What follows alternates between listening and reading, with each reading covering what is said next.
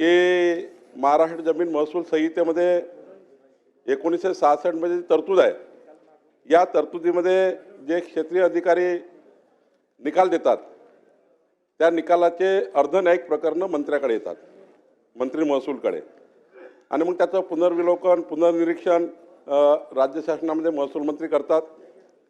पण जो काही आपल्यावर महसूल मंत्र्याकडे ज्या केसेस असतात ते 13,000च्या वर केसेस त्या ठिकाणी आहेत 2012-13 पासून.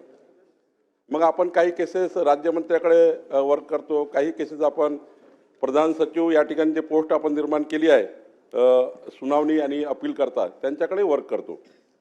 मधल्या काळामध्ये अशीच प्रक्रिया होती अनेक वर्षापासून की आपण हे प्रकरण राज्यमंत्र्याकडे आणि प्रधान सचिव अपीलकडे द्यायचो.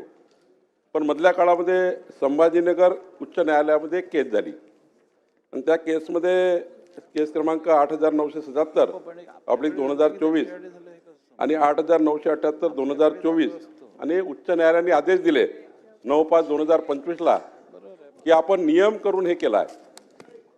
नियम केल्यामुळं उच्च न्यायालयाने सांगितलं की तुम्हाला असे वर्क करता येणार नाही कायद्यामध्ये दुरुस्ती केल्याशिवाय, आणि मग ते कायद्यात दुरुस्ती करूनच तुम्हाला असे प्रकरणं वर्क करता येतील.